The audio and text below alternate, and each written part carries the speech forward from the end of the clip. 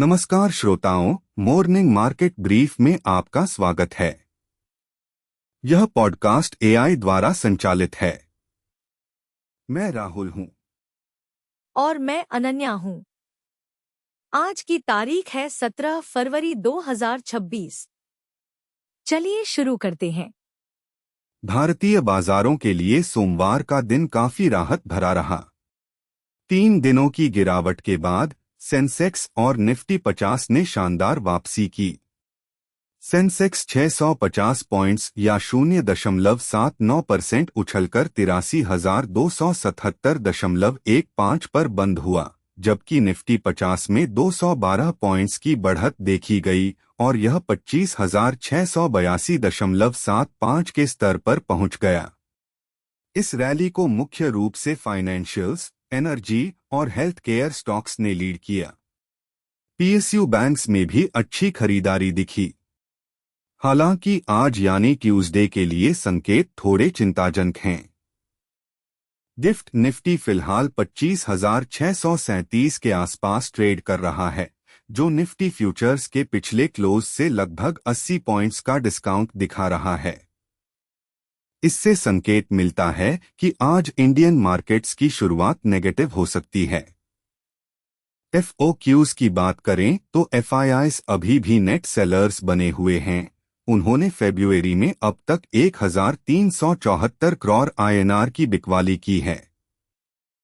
हमें power grid, engineers India और ease माई trip जैसे टॉप मूवर्स पर नजर रखनी होगी, जिन्होंने कल अच्छा प्रदर्शन किया। इंटरनेशनल मार्केट्स की तरफ देखें तो माहौल थोड़ा मिलाजुला और शांत है।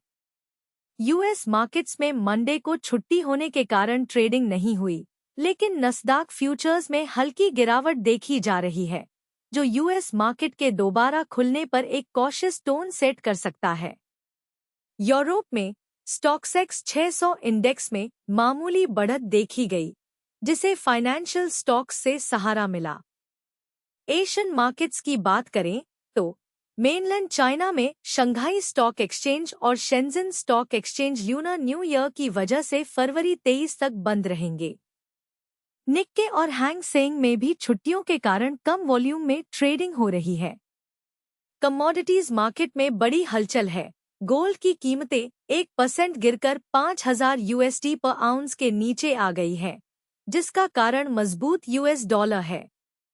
वहीं क्रूड ऑयल की कीमतों में उछाल आया है क्योंकि ईरान ने एक की शिपिंग कॉरिडोर के पास नवल एक्सरसाइजेज शुरू की हैं, जिससे जियोपॉलिटिकल रिस्क बढ़ गया है। इंडियन कॉरपोरेट सेक्टर में आज कई अहम खबरें हैं।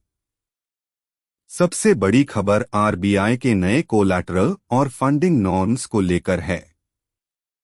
इन कड़े नियमों की वजह से बीएसई, एमसीएक्स, एंजल वन और ग्रो जैसे स्टॉक मार्केट इंटरमीडियरीज के शेयरों में 10% तक की गिरावट देखी गई। एनालिस्ट्स का मानना है कि इन नए नियमों से प्रोप्राइटरी ट्रेडर्स के लिए लागत बढ़ जाएगी और लिक्विडिटी पर असर पड़ सकता है। दूसरी बड़ी खबर एआई सेक्टर से है। ओपनएआई के सैम ऑल्टमैन और गूगल के सुंदर पिचाई एक बड़े एआई समिट के लिए भारत आ रहे हैं, जो भारत के बढ़ते टेक टैलेंट और मार्केट की अहमियत को दर्शाता है।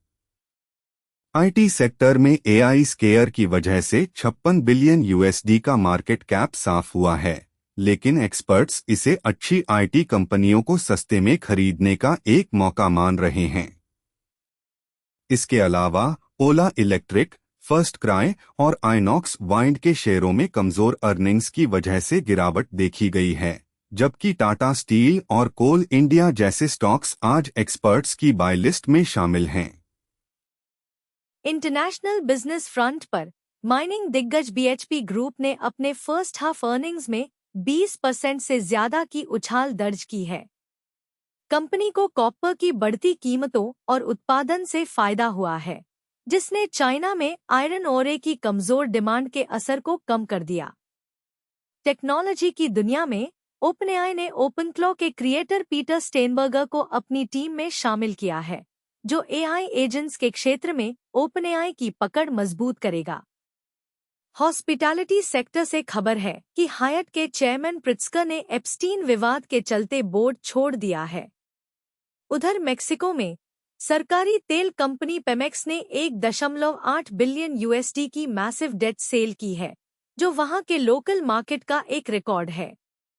यूरोप के फाइनेंस चीफ्स अब ग्लोबल ट्रेड में यूरो की भूमिका को बढ़ाने पर जोर दे रहे हैं, खासकर जब यूएस डॉलर में उतार चढ़ाव बना हुआ है। इकोनॉमिक्स और जियोपॉलिटिक्स के मोर्चे पर निवेशकों की नजर इस हफ्ते आने वाले फेड मिनट्स और यूएस जीडीपी डेटा पर टिकी है।